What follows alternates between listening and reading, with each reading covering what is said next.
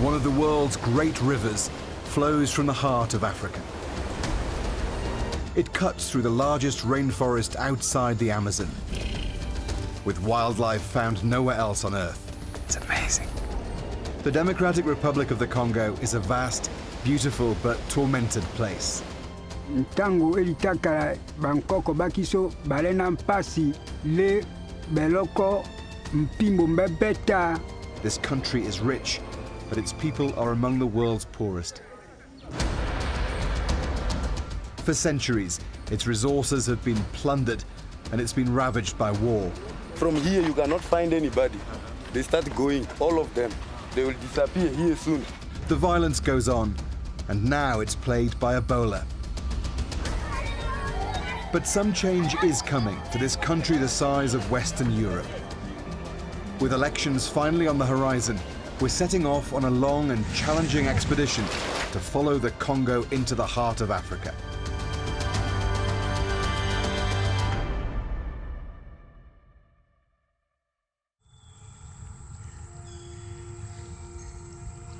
From the Atlantic Ocean to the heart of the continent, the Congo has always been a place of fear and mystery.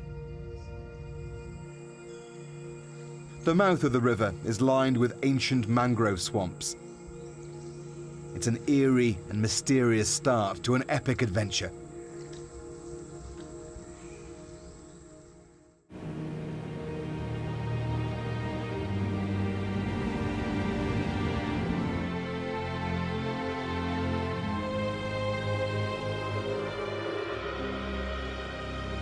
Well, this is the point where the Congo River and the Atlantic Ocean meet. Next step is Brazil.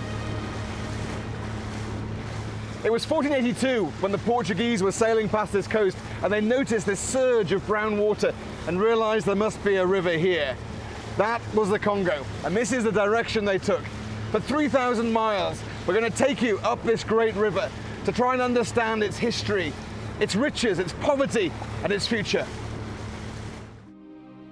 From the Atlantic Ocean, we'll follow the river to its furthest reaches, navigating round its powerful rapids and through its chaotic capital city, Kinshasa, as it arcs up north and then south, twice crossing the equator. We'll visit its war-torn east, venture into Ebola territory, meet rare gorillas, and find out just how rich this country could be.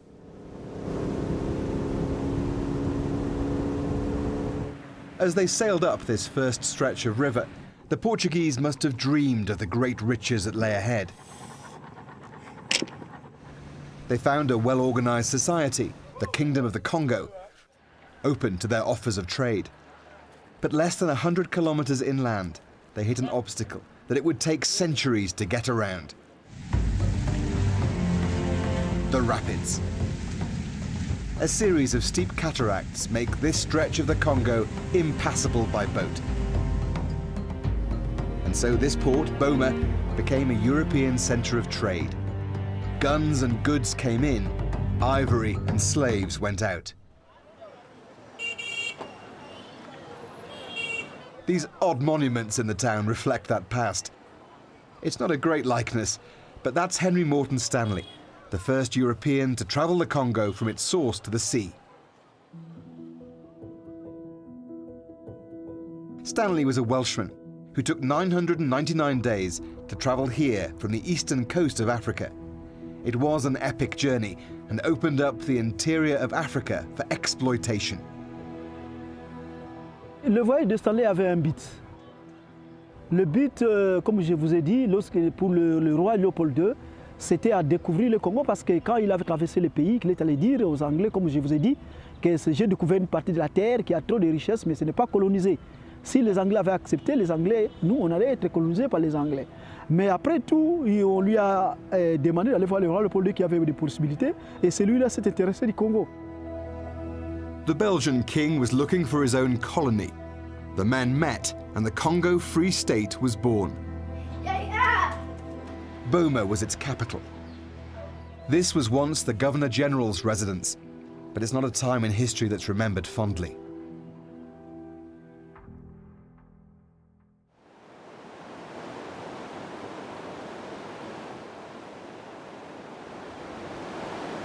The powerful rapids that had been the obstacle for so long remain impassable today. But they've also provided great opportunity for hydroelectric power.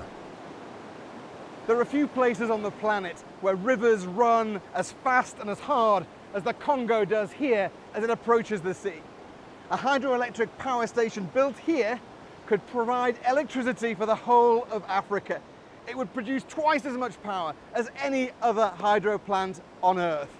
That is how rich the Congo could be if the resources were put to good use. They built 2 small power stations decades ago here at Inga, but there's always been a much more ambitious plan for a grand Inga Dam to be built across this whole valley. A deal has recently been signed to make that happen. Ce projet va permettre l'essor économique de toute l'Afrique parce que pour le moment, ce que l'Afrique a besoin, une source qui est sûre, une source qui est fiable parce que l'énergie hydroélectrique, c'est une énergie propre et renouvelable. Et nous l'avons sur le site d'Inga en permanence et en quantité. But promises have been made before and nothing has happened. The story of the Congo is often the story of lost or squandered opportunity.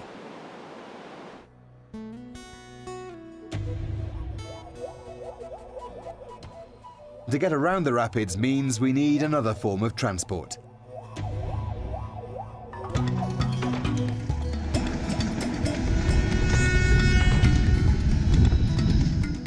The railway was built under the orders of Henry Morton Stanley in the 1890s to replace a long and arduous trek.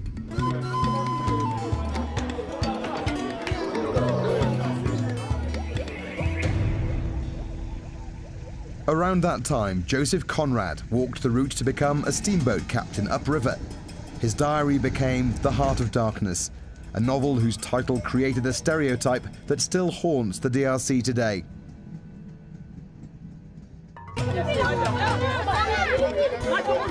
The trains only run once a week after being derelict for years.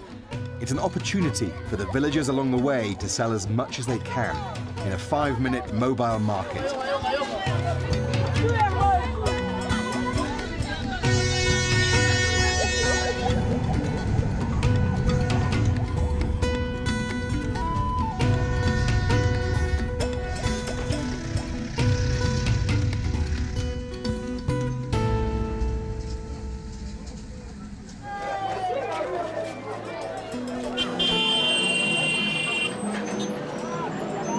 Kinshasa, the Democratic Republic of the Congo's crazy, chaotic capital. Joseph Kabila has been president since 2001, but 2 years after delayed elections, he's standing down.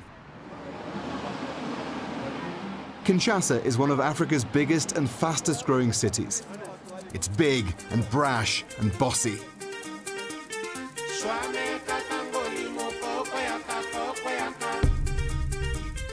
There's a strange but colourful subculture that's grown out of Kinshasa and across Africa. The sapeurs, who put their confidence on display. Comme on a eu Micho la princesse, naza sapeur nazala ana Congo, on défile à léopard de la SAP. Princess is getting ready for a night out. The French acronym SAP, SAPE, stands for the Society of Ambience Makers and Elegant People, and she certainly fits the bill. Vous comprenez? Naza mamu tema be mambo ilamba pone ilamba donc na ko tambula nanga na vai nanga bonaza na bino normal.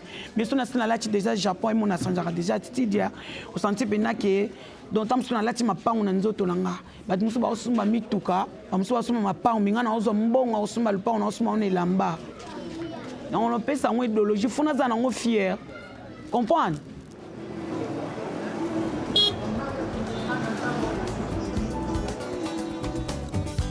SAP goes back to the 1920s, but it was the 60s, after independence, when it came into its own.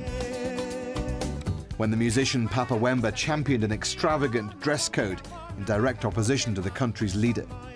President Mobutu decreed Western attire a symbol of colonialism, and it was forbidden. Today, thousands of Congolese sapeurs like Princess celebrate the art of dressing well.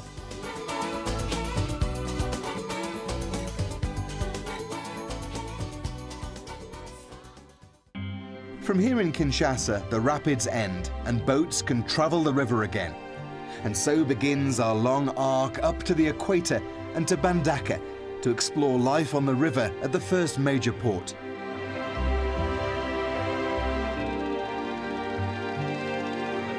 In a vast country with so few roads, this is the Congo superhighway.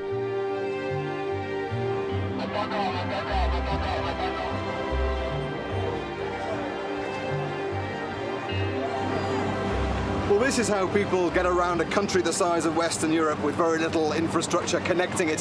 When there's a huge river, they go by barge. These go all the way from Kinshasa right through to Kisangani, hundreds of miles with many, many stops along the way. And they're like small villages. People eat here, sleep here, they brave the elements and the mosquitoes here as well. And there used to be many, many more of these decades ago. The journey this far has already taken 2 weeks, and there's at least another week to go.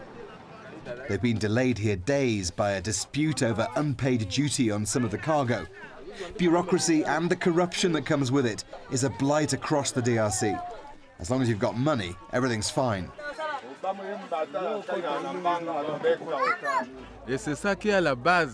This man's a big fan of traveling by barge. Just like a big family, he says. But as a retired soldier, he's in no rush. Karine Linguli just wants the journey to end. Her husband recently died. She's disabled and has run out of money to buy food for her kids on the boat. She's heading for a new start with a Bible by her side.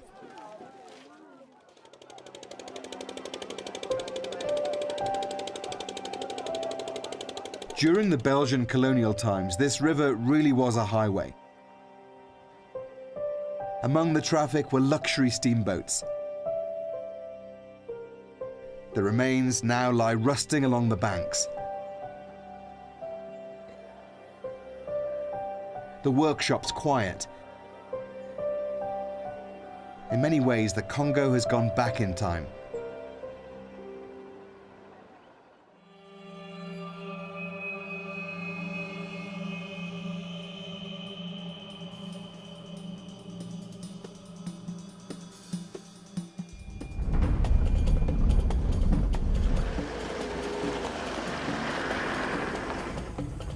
It takes just 4 or 5 hours driving through the forest to meet people living a very traditional way of life.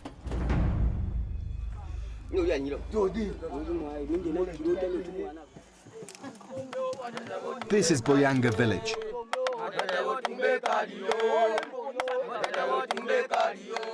This pygmy ritual is to wish them good fortune, hunting in the forest. And we are going with them.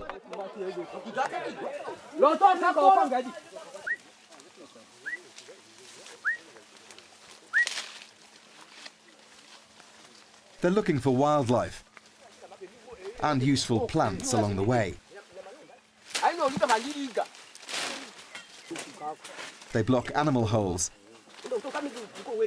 and use smoke to force them out.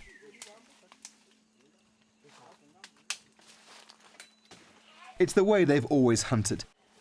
But a century ago, King Leopold discovered there was something in the forest worth a huge amount of money. Rubber.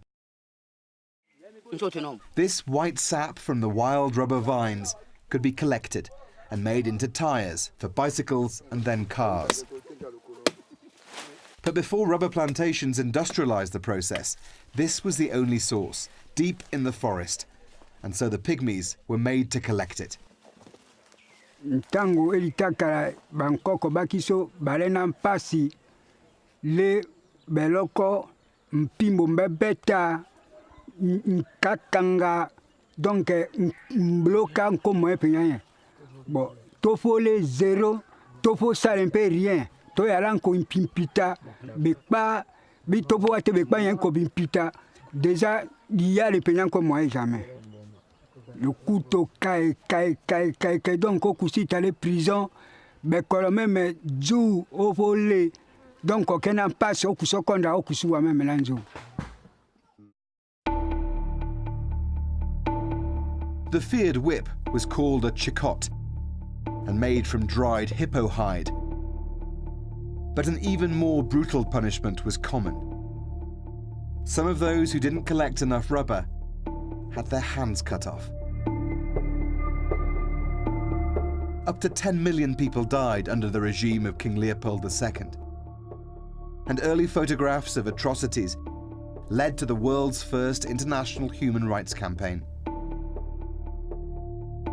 It hastened the end of King Leopold's rule, but his personal colony, which had made him rich, was handed over to Belgium in 1908, only for exploitation and brutality to continue. It was the Belgian Congo until 1960, even though there was little free about it for the Congolese. With independence came retribution and a great white flight from the country. Many Belgians left.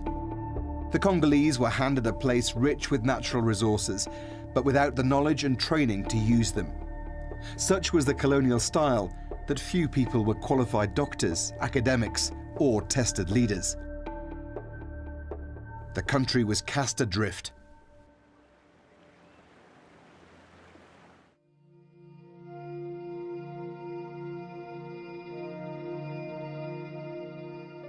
The rainforest is perhaps the Congo's most precious asset. The largest outside the Amazon and a valuable sink for the carbon dioxide that's warming our planet. But demand for charcoal means it's going up in smoke. A solution to that is being explored in a nature reserve on a remote bank of the Congo River. Yangambi was the world's largest tropical forest research station. Hundreds of expats and their families lived and studied here until they left in the Congo crisis. At that point, everything ground to a halt.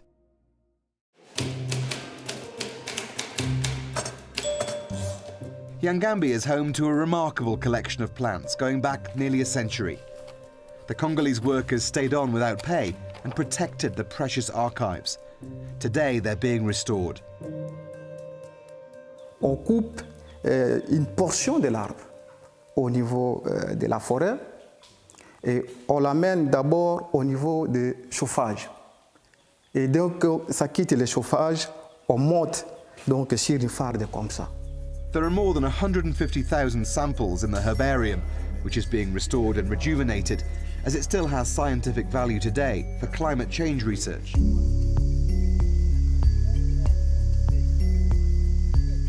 They're planting fast-growing trees to be turned into charcoal instead of the rainforest.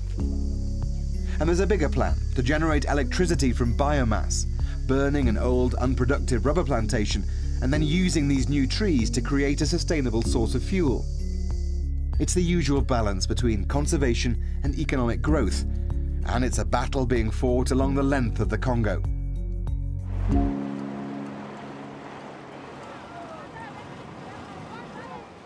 So when the river pilot Joseph Conrad travelled this stretch of the Congo a century ago, one of his biggest worries was stranding his steamship on a sandbank. Ah, the lessons of history. We get the chance to stand in the middle of the Congo River. We got stuck. We just keep going into different sandbanks. We've all managed to get it going again, so we're back in business. History has a habit of repeating itself in the Congo. We're taking a detour to another place, from another era, but equally trapped in time. From the port at Bandaka, we're following a tributary up to the very northern edge of the DRC, to Badalite, a small town that's played a large part in the country's history.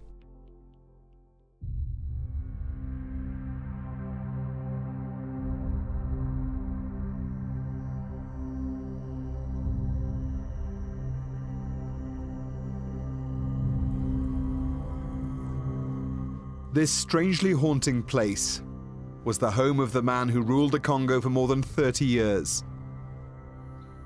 A dictator who renamed the country Zaire, President Mobutu Sese Seko. Welcome to what's left of his jungle palace. In its day, this was the height of opulence. it's painful for me to come here. How the people destroy this palace in shock to me.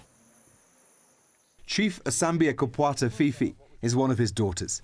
Was it like very, very beautiful. At the entrance, in your left, on the road, there were one Picasso's painting. The main rituals. After independence, Mobutu became the army chief of staff. He arrested Patrice Lumumba, the country's first prime minister, who had turned to the Soviet Union after being shunned by the West. With the Cold War backing of Belgium and the CIA, Mobutu handed Lumumba to the rebels to be killed. His body was cut up and dissolved in acid. He is normally reclusive and camera-shy. It builds his mystique. The scale and pomp of this highly visible ceremony are designed to bolster his fast diminishing authority. It is also an unwitting acknowledgement that he knows he's in trouble. Mobutu transformed himself into a classic African dictator after becoming president in the 1965 coup. Political opponents and rivals were killed or tortured. His regime was totalitarian and corrupt. He got rich while the country got poor. What was he like as a person? A generous person. I tell you the truth, it's not only because it's my family, no. He liked all the children, he liked his family. He's been alleged to have been a terrible president, brutal. Oh, brutal? I don't think so. If you're brutal, you have to start it with your family. He never bites one of China, no, never. But it all came crashing down in 1997. An invasion and a coup forced Mobutu out, and he died in exile. It's when the looting here began, and when time stopped in Badalite.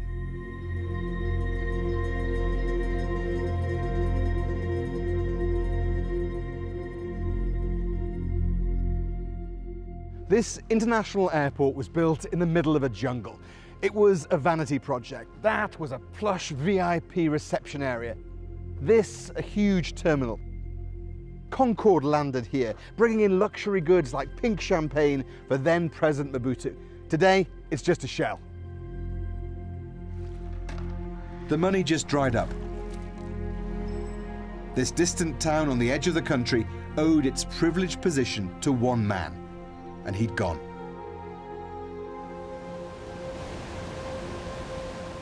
A while ago, the town's hydroelectric power station broke down.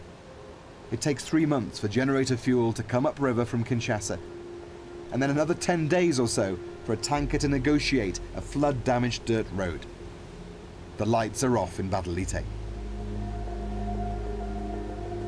But we have to get back onto the river and head upstream, past Yangambi and on to Kisangani, the end of the line for river traffic, where rapids block the way, but once again provide an opportunity.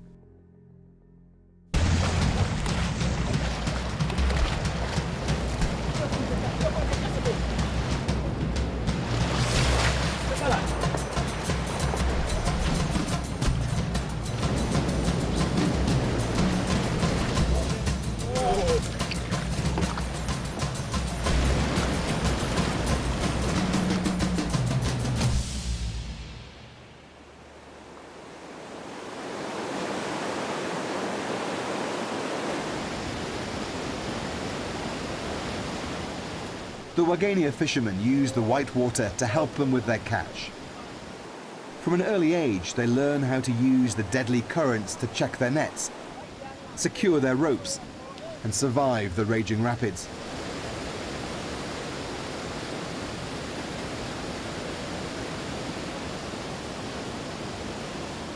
These huge wicker baskets trap the fish. So when the water's really high, there are hundreds of these guys out here with hundreds of these nets, and they're pulling in huge fish. The water's not as high at the moment. You can see how dangerous it is today. Imagine when this is in full flood. It's crazy. They're brought up from little kids to do this, and they do it very skillfully.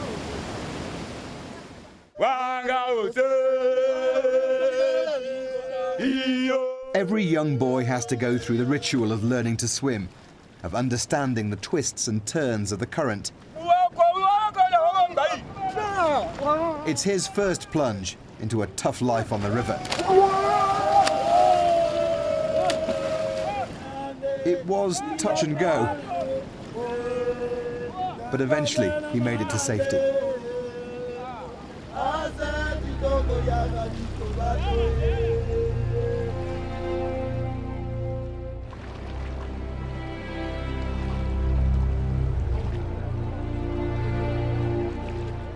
From here, the main river channel turns south, but we are going to keep going. The worst affected part of the country is the east, far from the capital and close to neighbouring Rwanda and Uganda, and their designs on the mineral wealth this side of the Congo. And we're starting in Goma before heading even further into trouble.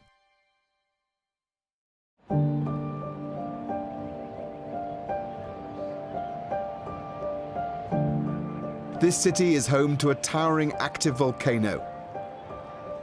This region is the epicenter of wars which have raged for the past 2 decades. Millions of people died in the fighting and in the humanitarian crisis that followed. Scores of armed groups are still active in this region today. You have these local conflicts that often displace hundreds of thousands of people, and there's an active Ebola outbreak. Welcome to the Eastern Congo. And this is where things are going to start getting dicey.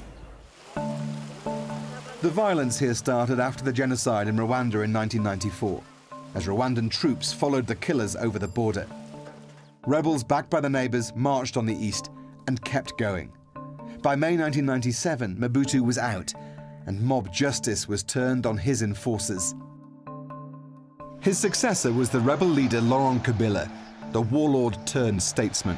Je jure fidélité à la nation. But just a year later, rebel soldiers supported by Rwanda and Uganda launched a rebellion against Kabila.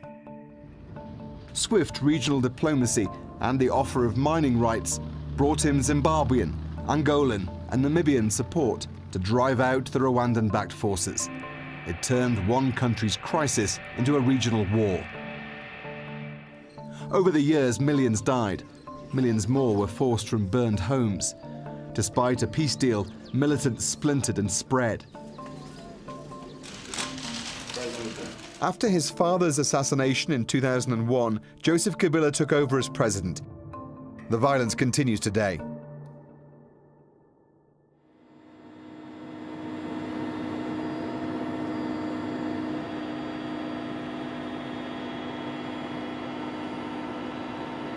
We're flying with United Nations peacekeepers into one of the most dangerous parts of the country, Beni, in North Kivu.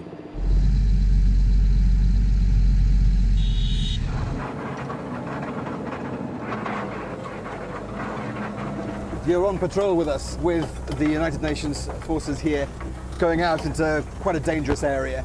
There's Ebola nearby, and also there is a very strong militant group here that over the last few days has killed probably dozens of civilians. The group is called the ADF. They're a group that have been around 20 years, and they're living in the forests. There's huge impenetrable forests just to the east of this area. They act in there, they do hit and run attacks, they kill civilians, they target UN vehicles like this one, and they target the local Democratic Republic of Congo forces as well. So we're going to a village, and then we're going to get out, walk around, see what happens. They just want to show that they're here.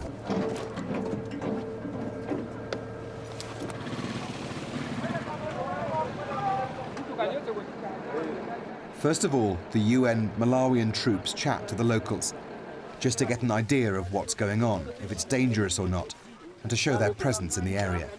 From here, you cannot find anybody. They start going, all of them. They will disappear here soon. So we're just meeting one of the community leaders here, but the translators just said that basically there's nobody from here on in further up to this side because of the militants that are in the area. It's also weird because kids around here normally would go hi there and shake hands. Can't touch anybody. We've been given very strict instructions. Don't touch anybody because of the risk of Ebola in this area. The UN isn't popular here. People are suspicious of soldiers, particularly from Western countries. They are wondering, how can the enemy cross all of this bush and reach the town and start killing people just there at the town? So for them, they are feeling bad because they have suffered a lot. It's best not to hang around too long. After a short patrol around the town, it was straight back to base. It's hard to get much done when safety is such an issue, and they're only on the ground for a short period of time. The UN funding has been cut, and they're taking a new approach to getting forces with tougher rules of engagement out to the most dangerous places. It's a difficult balance for the commander. We have only 2 ways to really protect the civilian population here. Is to be able to deploy preventively, to arrive in the village, in the area on the civilians are, before the armed groups, is one. And the second one is to go after the armed groups which are imposing threats to this civilian population. The spokesman for the government says it wants the UN out by 2020, the whole UN. What would happen if you left? I believe that UN is making the difference here, because the state is not present in many areas of this country. There are remote areas here where we don't see the presence of the state. So if we left the area, I believe that the situation, based on the current environment, the situation could worsen very quickly. The situation here is already worsening, with increased attacks and the spread of Ebola across this part of the country. Much of the eastern Congo is in a state of conflict and instability. Historical tensions across this whole region often spark terrible violence, as happened in Kalemi, our next stop, down on the shores of Lake Tanganyika.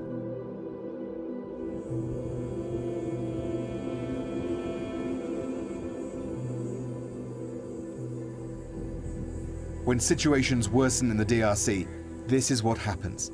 People get forced from their homes into camps. 2 years ago, a row over sharing a bowl of forest caterpillars sparked violent clashes between pygmies and other ethnic groups. Inflamed by the politicians, it displaced 750,000 people.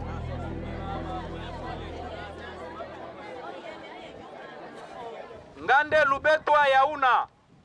Ngande lubetwa yauna. Mangaza moke. Mangaza moke. They're queuing up to make sure they're on the list for cash payments due to be given by the UN the following week. Aid workers check names to make sure they don't get too little or too much of what they're entitled to. Olombwe sikuzani. There are still many of these camps scattered across the town after the ethnic-based violence erupted into a brutal tit-for-tat of attacks. It's still too dangerous for most to go home, and terrible things were done by both sides. We met Estelle. One morning, the war came to her village without warning. Si tulikimbia vita Bambote. Tulikuwa naikala paka mgini yetu tuko na lima. Joba vita Bambote na kuwe katutokelelea pale. She was abused by them. They killed a woman and 3 men in front of her. Bakana sikule vile baka tutesa bisiki balipenda. Si bana mke bawili tulilalwa. Au takatala. Unaona kitumba kya mwenjako hivi bana kata singo bana tupa. Tuko nangana si tukachunga kietu kifo. Ule kumulima kwa balipandaka na siye. Ndio kuwa bibi yabo. Nasikia. Aparti nitendwa tule kitendo tumbo na nilumaka ya hajabu. Huku hivi sipendaki hata kukutana na mwanaume. It took Estelle 2 months to walk 200 kilometers to escape the fighting. She now has little to feed her 5 children. Her 4-year-old twins died here.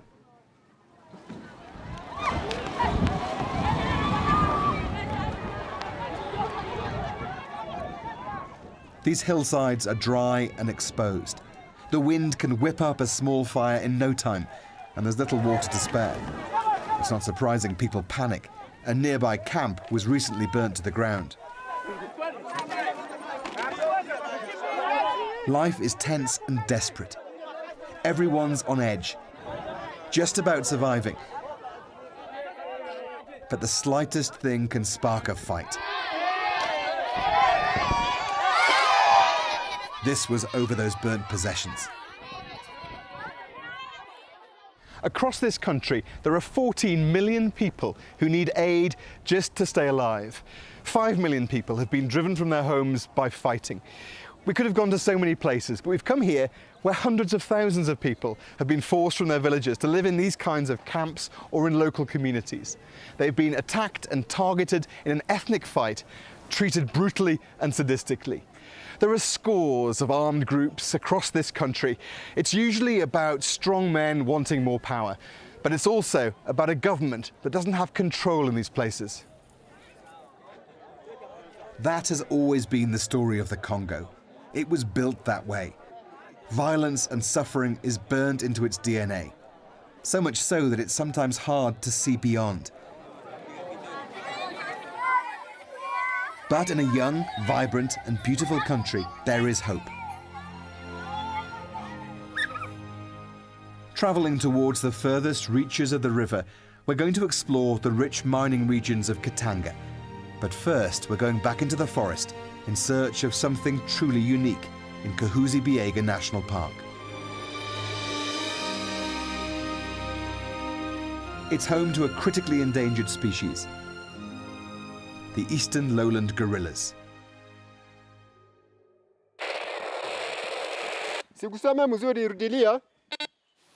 There are many gorilla families scattered through this forest, but 4 have been habituated.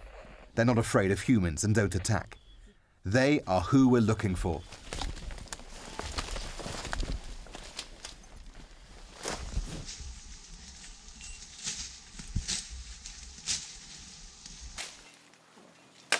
There is bamboo shoot here. It's the time of year when the gorillas feed on bamboo. We're following the mess they leave behind. They've been here. It's 10 minutes here. Really? Yes, 10 minutes? 10 minutes here ago they've been here.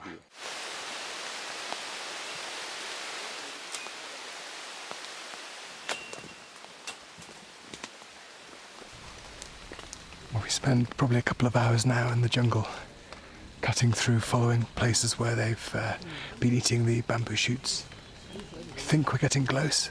A couple of times we've heard them, but the guys are still trying to pick up the trail now.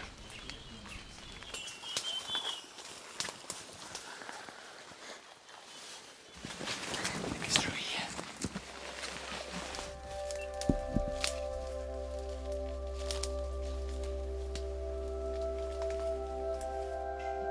After 3 hours, we got our first glimpse just a few meters ahead.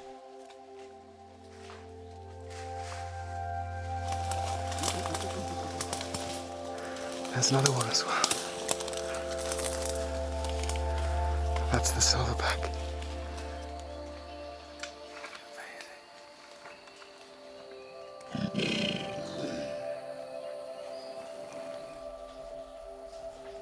The young ones caught us by surprise, coming so close.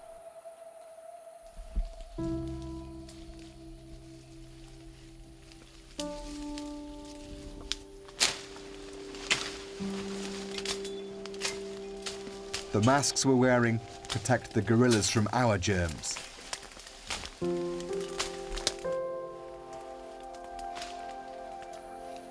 It's amazing. There are probably fewer than 5,000 eastern lowland gorillas left in a fraction of the land they used to inhabit.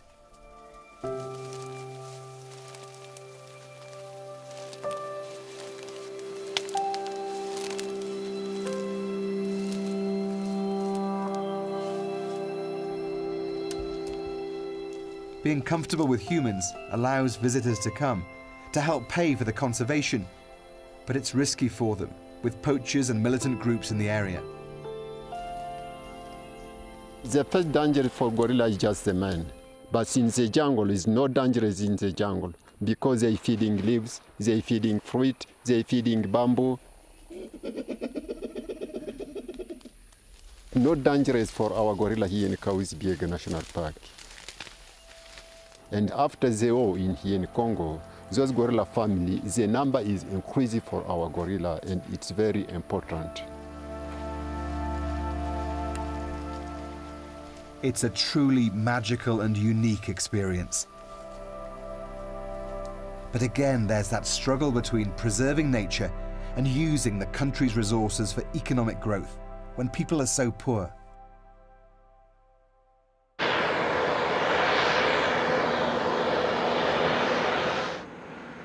The Congo's mineral wealth is a freak of nature. Its earth is packed with metal ores like copper, coltan and cobalt, gold, diamonds, uranium, with vast seams in this part of Africa.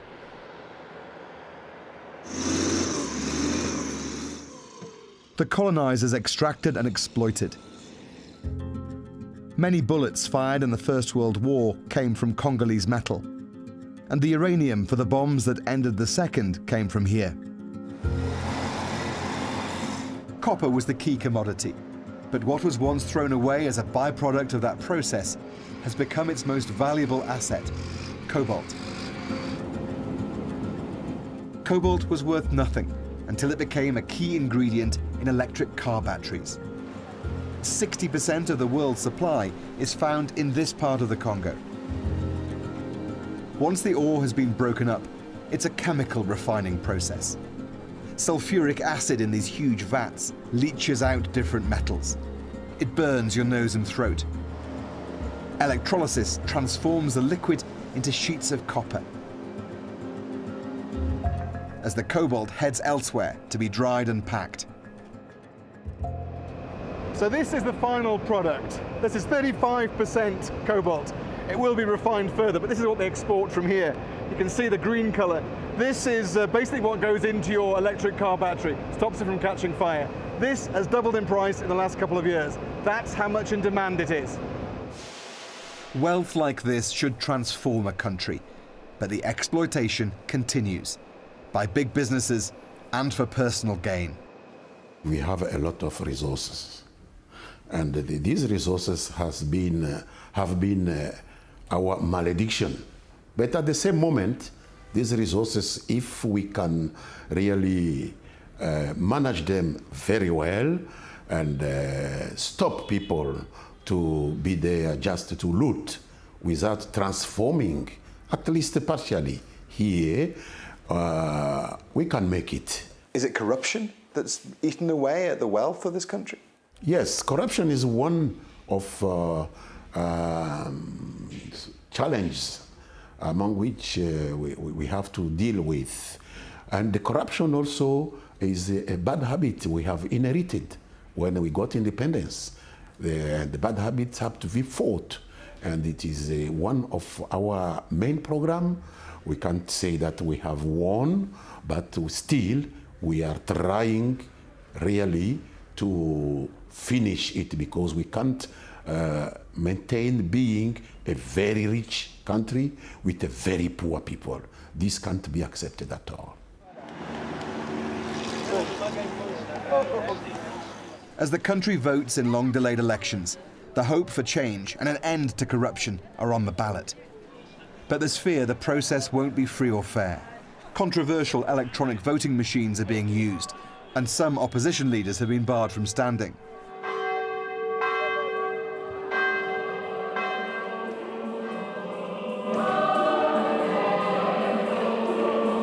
For a long time now, a strong voice of opposition has come from the pews of the Catholic Church, as peaceful protests have been met with violence.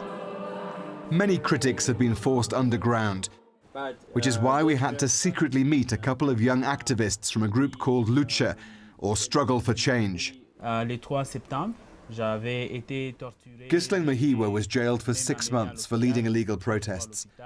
He says he was recently beaten so badly, he spent 3 days in hospital. Nous sommes aujourd'hui en train de nous battre d'abord pour qu'il y ait une alternance démocratique au Congo et qui doit passer par de bonnes élections, des élections où il n'y a pas d'exclusion, des élections où il y a la sécurité, mais des élections avec un fichier fiable, parce que le fichier que nous avons aujourd'hui, ce n'est pas un fichier fiable. Il y a 16% des électeurs fictifs. They arrived separately, they were nervous, and we had to do the interview quickly. It's dangerous here to speak as openly as this. Et nous exigeons la paix en RDC, partout dans nos villes, dans nos communes, dans nos périphéries, dans nos villages, parce que ce que nous voyons aujourd'hui, à cause de la guerre, il y a des femmes qui sont violées chaque jour. Nous enregistrons de femmes qui sont violées. Il y a les enfants qui sont enrôlés dans des groupes armés.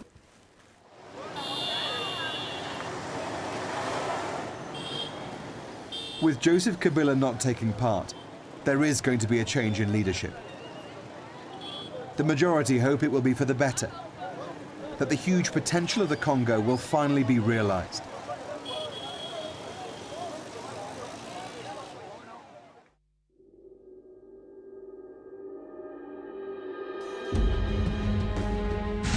This journey up the Congo River has shown us just how beautiful and how huge a country this is. How rich it is in so many ways. History has been cruel to the Democratic Republic of the Congo, exploited by the early European explorers, by Belgium and its cruel king, and then through the last 6 decades of greedy Congolese leadership and war. But its river could power Africa. Its minerals could lift the nation from poverty. Its young people could transform it into the glittering, beating heart of Africa, rather than that of its dark and stereotypical image. If you'd like to take an even more immersive journey up the Congo River in virtual reality, visit bbc.com/virtual reality to find out how.